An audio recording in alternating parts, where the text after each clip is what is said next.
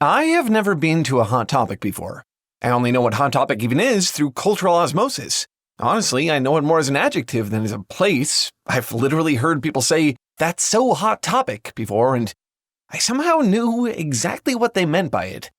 There's a certain aesthetic to all this stuff. Familiar, comfortable icons turned edgy. It can be fun, for sure, but I'd almost never look at the dark version of a cartoon character or a grungy, gothed-out fairy tale and get excited by that idea alone. With one exception. You saw the thumbnail, so you already know where I'm going with this. For some reason, Alice in Wonderland gets a pass. Not just because I like it that way, there's just something about a dark Wonderland that seems inevitable. There's a whole tradition surrounding it. American McGee's Alice and its sequel Madness Returns, cult classics in the world of games, pretty much codified the image of Alice brandishing a knife. There's a 2009 sci-fi miniseries, Alice, set in a gritty urban dystopia. In Tom Waits and Robert Wilson's 1992 opera, Alice, Wonderland is a Freudian landscape of repression and shame. Even as recently as last year, we saw the official demo drop for the upcoming indie horror title Habromania, which, as of the writing of this video, has surpassed its Kickstarter funding goal by 5 times the initial amount. Clearly, this is more than just a gimmick. Alice in Wonderland began as a whimsical children's story back in 1865, and now it's this. These days it's full of gore, violence, trauma, hallucinations, off with your head, taken to a very literal extreme. At this point, bloody knives and straitjackets are as recognizable Alice imagery as the White Rabbit or the Cheshire Cat. It's part of the popular consciousness. It's not even subversive anymore. All of this feels right to me, actually. But that doesn't mean I get it. Every time I see it, I find myself asking, how did we get here? How did Wonderland, a place so iconically known for its madness, become so mad, even by its own standards?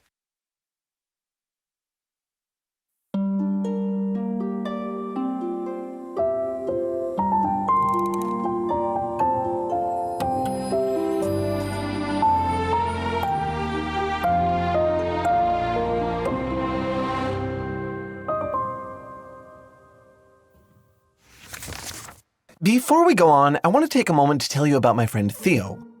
Theo is a doll. Kind of. I guess that's underselling the part where she's possessed by a dead film star.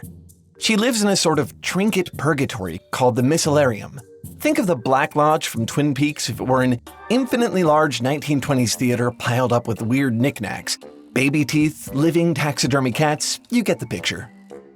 I wanted to tell you about her because we don't typically do a lot of this creepy, cute, intentionally edgy stuff on Foundry, but if that's what you're in the market for, it's basically all Theo does. Not only did she recently stream Alice Madness Returns, but also Fran Bow and Habromania, all titles that are going to come up in this video. So if that's what you're into, go pay the Miscellarium a visit. You can find the stream at twitch.tv/morbidmiscellarium. It's been a long time since Theo's had an audience. Let's go give her one.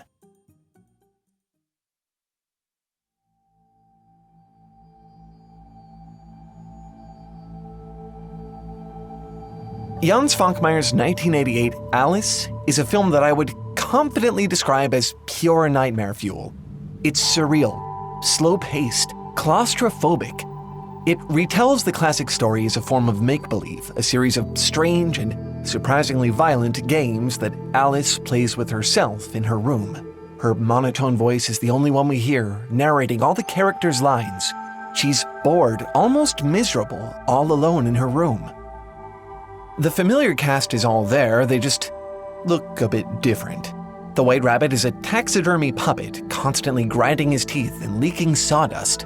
Bill the Lizard isn't so much a lizard as he is a chimera, cobbled together from animal bones. The caterpillar is a writhing sock with human teeth. Instead of the lush fantasy landscape we're accustomed to, this is an indoor wonderland, walls on every side. It is somehow simultaneously sterile and festering. It's full of scientific equipment, biological specimens, crawling meat. The Svankmajer film is weird, disturbing, that goes without saying, it's part of the appeal. But would you believe me if I told you that it's also one of the most accurate adaptations of Lewis Carroll's original book that I've ever seen? See, Svankmajer wanted his Alice film to be, quote, like a dream, not a fairy tale. Alice is a curious child wandering aimlessly through an illogical world. Her overactive, sometimes morbid imagination is just a product of boredom and frustration. There's no moral here, no clear lesson to learn, no character growth, no real story at all. Just a collection of loose, nonsensical scenes. The original book may not be as visceral as the Svankmajer film, but they feel surprisingly similar.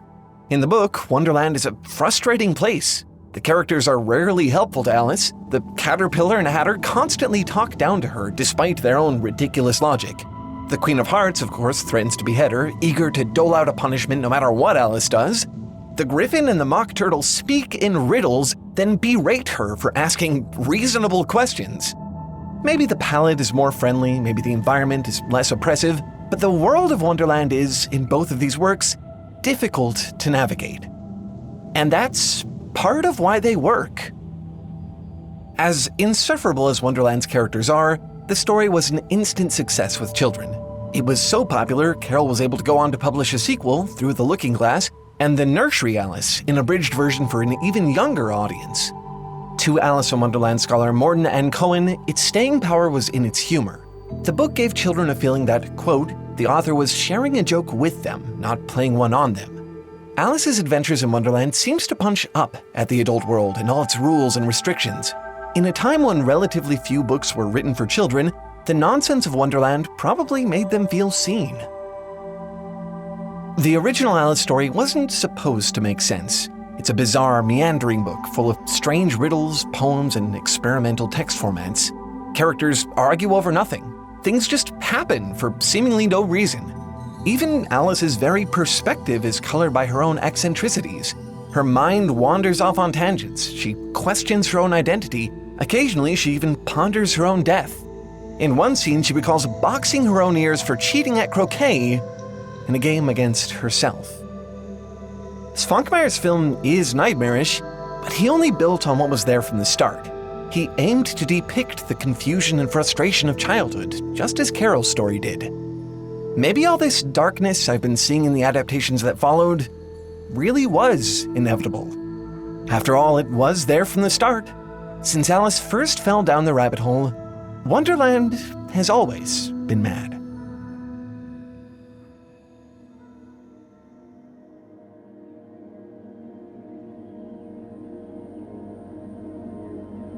I mentioned American Mickey's Alice earlier. This is the part where we talk about it. You knew it was coming, here it is. The knife, the striped tights, the Cheshire cat who looks like this for some reason. This game wants you to know how edgy it is. It pulls no punches, hides almost nothing. And somehow, I find its Wonderland friendlier than the original, in a way. The game begins after Alice witnesses her entire family die in a fire. She's left broken and traumatized. The asylum doctors, of course, aren't much help, when are they ever? Which is why she goes to Wonderland. It's her one retreat, her safe place to escape from reality. But now, she can't even have that. Her suffering has transformed Wonderland into a twisted echo of itself, a reflection of her shattered mental state. With nobody in the real world to help her, Alice has to become her own hero. She battles manifestations of her survivor's guilt in the form of the Queen of Hearts and Jabberwocky. If she wants to be the savior of Wonderland, she'll have to save herself. The setup is grim, no doubt, but don't be fooled. This is a fundamentally empathetic version of Wonderland. It's here to help her. It is very directly an analog for Alice's mental state. Where the original Alice was met with mockery and condescension, McGee's Alice finds friends in Wonderland. They're counting on her to save the world. They offer her useful advice and guide her to recovery. She isn't wandering aimlessly through an abstract dreamscape. She's here to heal her mind. I think this, overall, is what Alice in Wonderland has become. An allegory. Wonderland is the protagonist's inner world, made physical, just as it's always been. But now it's sort of like therapy. It's psychoanalytical. In Wonderland, Alice can interact directly, even physically, with her own subconscious. If you're a fan of this archetype, you'll no doubt have heard all about a little game called Fran Bow.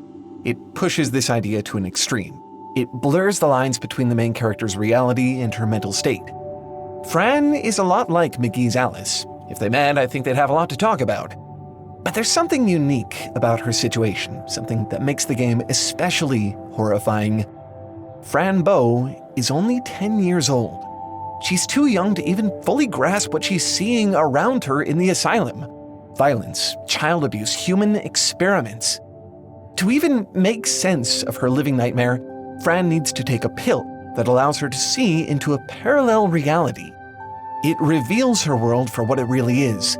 Messages and blood smeared across the walls, ghoulish night guards and nurses. Shadowy creatures loom over the other children, showing Fran their invisible suffering. But the other world is more than just monsters and rotting corpses. It's also a place where Fran finds moments of solace and comfort. She meets old friends there who protect her from harm. She visits a safe room where she can recover, play, and be a kid. Her journey across realities lets her understand all the horrors she's witnessed and gives her the tools she needs to face them. Just to show you the range of this kind of therapeutic Wonderland story, I want to point out another that you probably would never have seen coming in this video. Silent Hill 2 is also a Wonderland story. Sort of. The town of Silent Hill morphs itself into the deepest fears of all who enter it. For James Sunderland, it's a decaying ghost town crawling with monsters, creeping mounds of flesh, murderous nurses with bulbous heads, spider-like creatures made out of human, or are those mannequin legs? This guy. They're all manifestations of different parts of his psyche, his guilt, his aggression, his repressed sexuality. Everywhere he turns, they remind him of the truth that he's been running from for so long, that he killed his wife, Mary, during her long battle with illness. His past pursues him until he's unable to run anymore at all. By the end, the only thing he can do is reckon with himself and everything that torments him. In all of these titles, Wonderland is dark, frightening, and exactly what the protagonist needs. These stories aren't as abstract and nonsensical as Lewis Carroll's original book. They have linear narratives. They're a very direct look into their characters' minds. There's a method to the madness here. Look, it's not that I can't imagine a happy, cheerful Wonderland working well. If you're content and at peace with yourself, maybe it could manifest as a lovely, whimsical place. But if your mind is dark and tormented, if you have unresolved internal pain, as so many do, then it would make sense for Wonderland to feel that way too. It lets you see what otherwise might be invisible, all the fears, insecurities, and desires that you hide from yourself. This new, darker Wonderland may be mad, but only as mad as you are.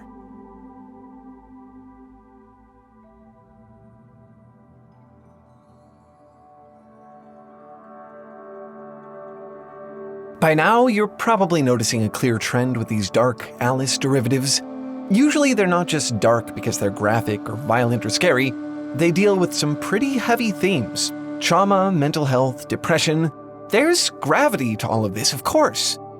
But, I don't know, sometimes they can be a little hard to take seriously.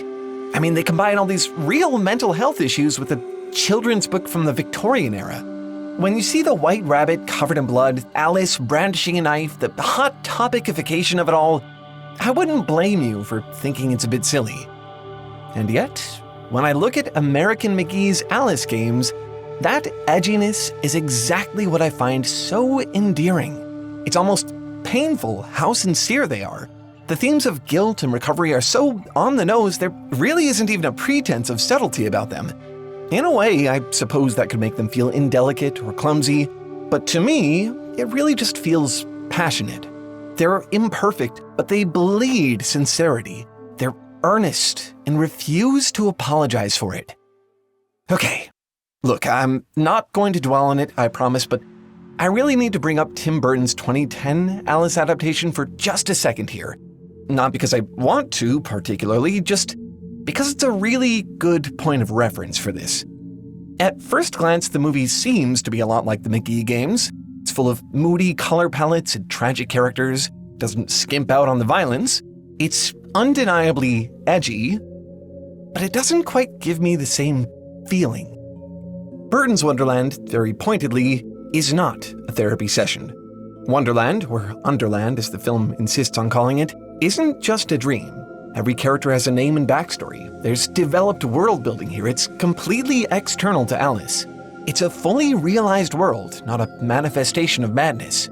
It's coherent, static, stable, and not even a little bit vulnerable. I needed to bring that up to make you understand this next adaptation I'm about to show you because, as much as I love it, it might require a little bit of help.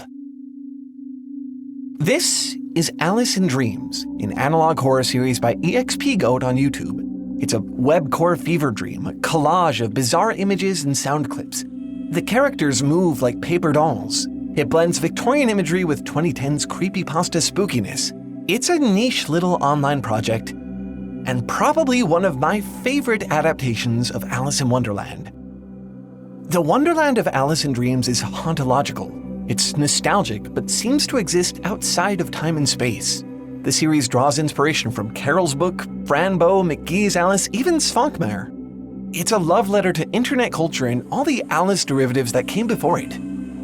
But I gotta be honest here, what really drew me to this project were its imperfections. The jump scares are predictable. The visuals, all bloody eyes and broken dolls, are pretty ham-fisted across the board. There's an unpolished, handmade quality to it all. As one commenter put it, it's very 2011 DeviantArt, like a teenage girl trying to go through her emotions and discover herself. Alice in Dreams, I don't think it cares if it's cringe. It's self-aware, raw, earnest. Wonderland can be as over-the-top, as vulnerable as you want it to be. I think that's what makes it the ideal setting for edginess. It's your mind. A place just for you and all your emotions, no matter how cringe they might be. In Wonderland, you're allowed to be mad.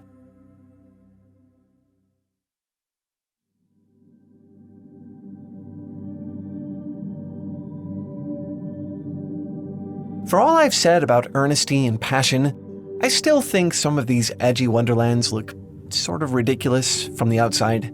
No matter how seriously they take themselves, they are still based on Alice in Wonderland, a story for children. Making it darker doesn't change that. But I feel all of these, McGee's Alice, Franbo, Alice in Dreams, are worth taking seriously, precisely for that edgy quality. In his introduction to Alice's Adventures in Wonderland, Morton N. Cohen shares a quote from a teenage student's essay on the book. She writes, "Alice suffers all the hurt feelings that most children suffer, and she is caught in the contradictory condition of growing up and still being small. As a young adult, I find myself constantly identifying with Alice as I move through this bewildering world of ours." These Wonderlands are deeply personal. They're reflections of the mind, which is a strange and unpredictable place. It's often messy, emotional, difficult to understand. It can be helpful to have a place where you get to see it, where you can explore all your feelings without fear of judgment. And, of course, these places do exist in reality if you look for them. You might find them in your artwork or a fanfiction website. Could be your private diary or a public blog. It could even be on a Hot Topic shelf in the mid-2000s. Anywhere you can get in touch with your deepest emotions, where you can freely interact with them, that's Wonderland. Wonderland is mad. It's always been mad. But as the Cheshire Cat says, we all are. If your own mind was a place you could wander through, why wouldn't it be a little dreamlike, a little dark, a little edgy? Maybe Wonderland has become this mad over the years because we needed it to be. One thing I didn't really get to talk about here is the writing. One undeniably special part of Wonderland is how strange and whimsical the original text itself is, introducing terms to the English lexicon like gyre and gimble. These are, of course, part of Carol's very unique style and character as an author, but I do think anyone has the potential to create work just as moving and impactful if they can only figure out their own character. This is Mila Goldberg. She's written multiple best-selling novels and has received not just the PEN Award, but the Carnegie Medal as well. To her, creativity is something you cultivate, not just something you have. And she has this amazing course called the Creative Writing Bootcamp, where she teaches it in exactly that way. Along with practical advice on how to organize your thoughts and get started writing, she also teaches you how to find your inspiration. In one lesson, she explains where ideas come from. In another, she basically tells you to go eavesdropping on people in public. One of my favorite lessons, after you've spent some time reconnecting with your own imagination, is about branching out and writing what you don't know. It's honestly such a fun course and a great way to start building a relationship with your own imagination. If you want to give it a try, it's available for free through our sponsor, Skillshare. You've probably seen 1,000,001 videos sponsored by Skillshare at this point, I get it.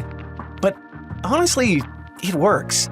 Obviously, I'm here for the writing stuff, but you can find pretty much everything there. There are courses on coding, music, graphic design, business, photography. If you can name it, someone's made a Skillshare class about it. It's a network of creatives helping other creatives.